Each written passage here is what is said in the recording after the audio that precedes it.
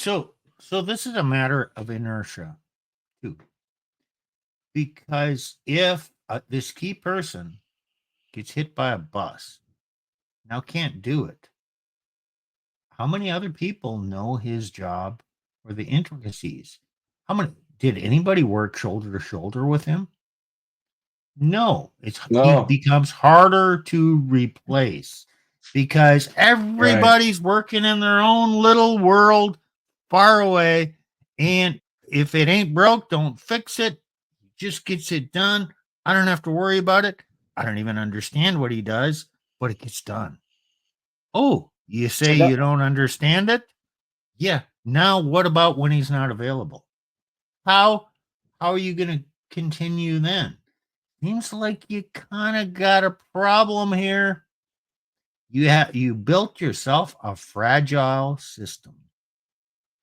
Yep. it's kind of what happened to Stonewall Jackson when he got wounded and had to get his arm amputated and got pneumonia and died. Is he never told anybody his plans? So everybody was confused once he was shot by friendly fire, um, during the Civil War, and nobody knew what his plans were because he refused to tell people his plans. So they didn't know what to do. Okay, so let's keep Yeah. moving. Yeah. High time preference. Do people are we encouraged, or the average person have a high time preference now? Absolutely. And can you explain that? What does high time preference mean? High time preference just means a preference for the here and now. You have a high preference for your time right now. You tend to be unable to project very far into the future, and you tend to be pretty unconcerned with connecting current your current present to the past, to past action. So I can't do a 2-year project when all the benefit is at the end. I can't save money for a car Mm-hmm. that I'm going to buy 2 years from now. I'm going to buy Yep. it today on payments. Mm-hmm. I want it Yes. now. So everything you want it's like instant gratification. Steve, you Yeah, deserve it that's in now. the extreme.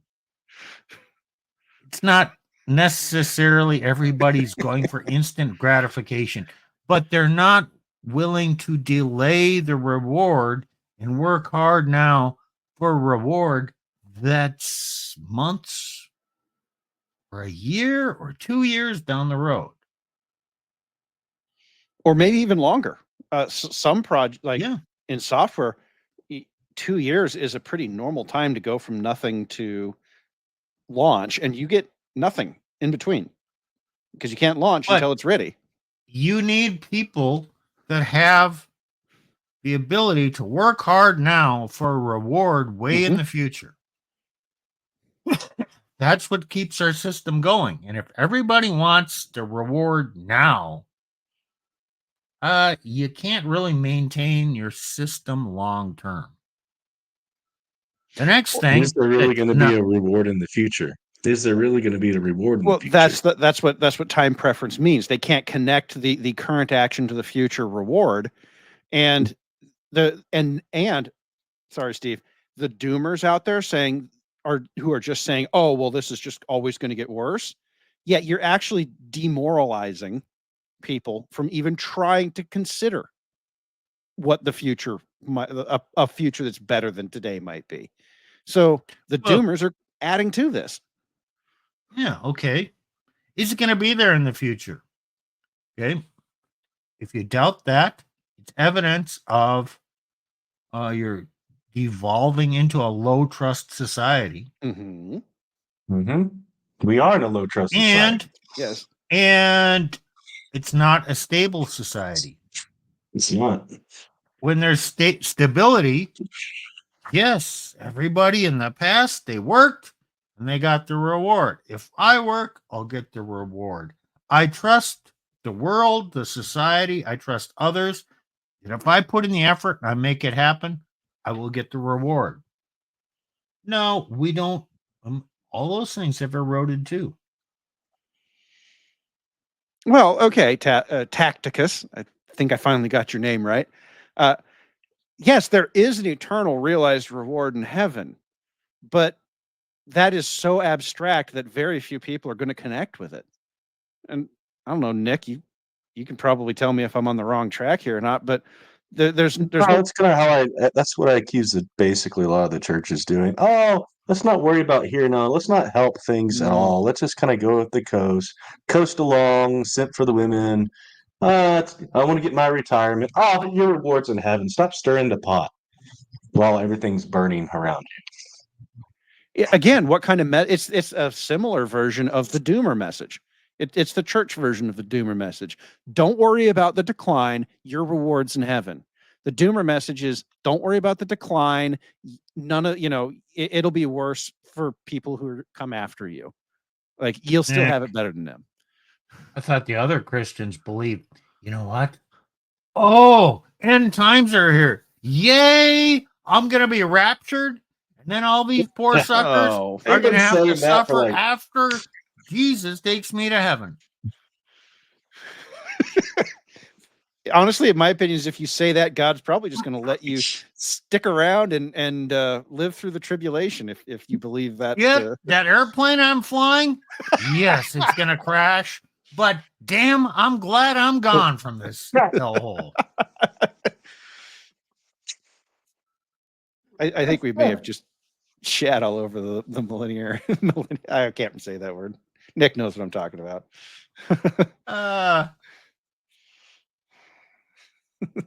Okay, in case you folks haven't figured it out, yes, we're Christian, but none of us believe in the rapture. We're not Dispies. Okay, Dispies. another. What'd you Go say, ahead. Nick? We're not Dispies. Dispensationalists. Right. So another thing that doesn't motivate the Gen Z, really not marriage minded or family minded, because you can't really depend on a marriage. It's not for life. They have no experience of it being for life. Kids, kids are expensive. We'll probably get divorced. Then the kids will be raised in the same environment that I grew up in. I don't even know how that's possible. So marriage, family formation has always been a motivating factor to get people situated and focused on working and living and providing for their families. We don't have that motivating factor now. So younger people are not really that motivated to keep the system going. I think, Steve, in our last stream, we talked about the fact that Gen Z is the first generation that was primarily raised by single moms. And I think they are looking at it going, not only was my mom not married, she spent every waking moment of her post-marriage raging about how bad the guy was while taking his money. Yes, sure. Although the kids don't necessarily know that early on. And the kids are looking at it going, well, why would I sign up for this? Like we keep saying the trad cons keep saying, oh, we need to fix marriage. We need to get more people married. I'm like, no, you need to fix the problems that are causing people to not get married.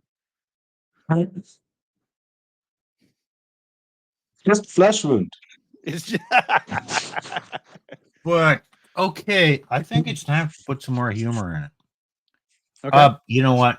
We could have competence and merit and hire the best person for the job. Oh no. But diversity is our strength.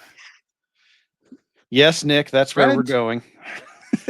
Diversity is our strength. Yes. And so let's see what Jordan Peterson says about that, Plutarch. All righty. Went out of his way to make the workforce within that company 50-50 as much as he could in terms of men and women being represented. So we're talking about engineers, we're talking about tradespeople, we're talking about in workshops, we're talking at the managerial level. If you hire 50% women engineers and 50% male engineers, then the women engineers are less qualified because the pool of engineers is lower among women.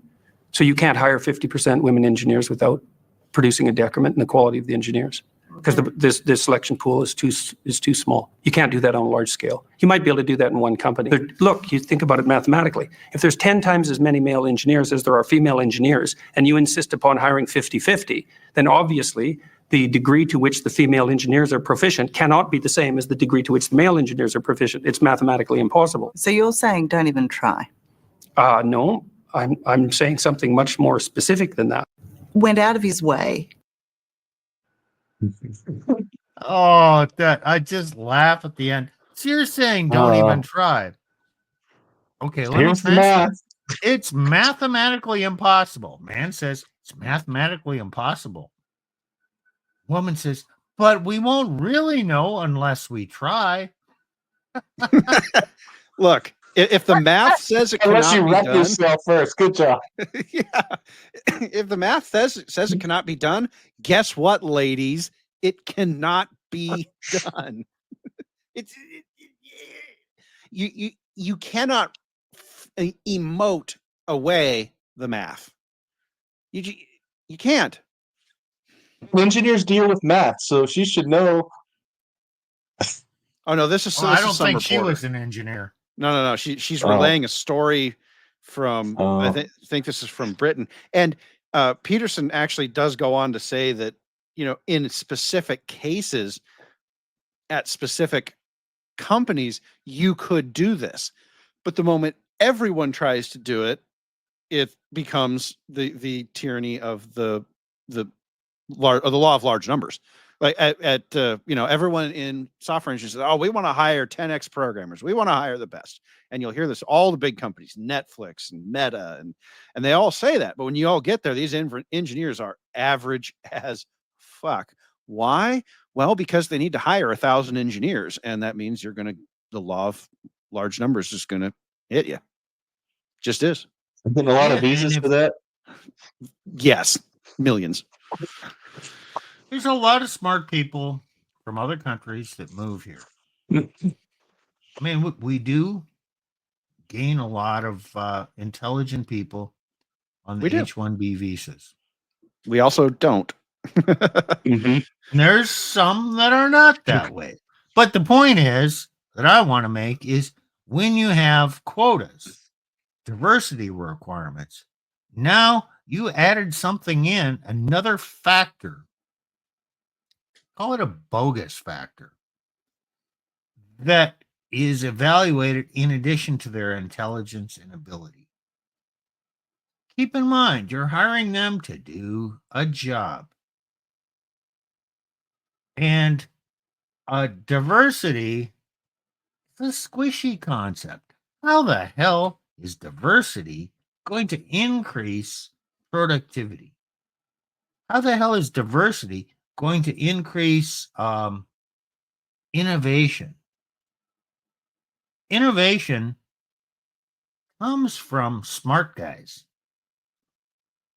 interacting with other smart guys. You throw an average person into the mix, it doesn't increase innovation. They can't even keep up with the smart guys in the room. How are they going to increase innovation if they can't keep up? This is why we talked about IQ and you know, time preference in a prior stream. You know, the three of us can keep up with each other because we're relatively similar IQs. Okay. And people who have IQs like Elon Musk does, somewhere over 160, which is insane, he understands that almost nobody else in the room is going to be able to keep up with him, and he will intentionally dumb ideas down. And so if you hear him tripping over words, that's him trying to dumb the idea down for the average person.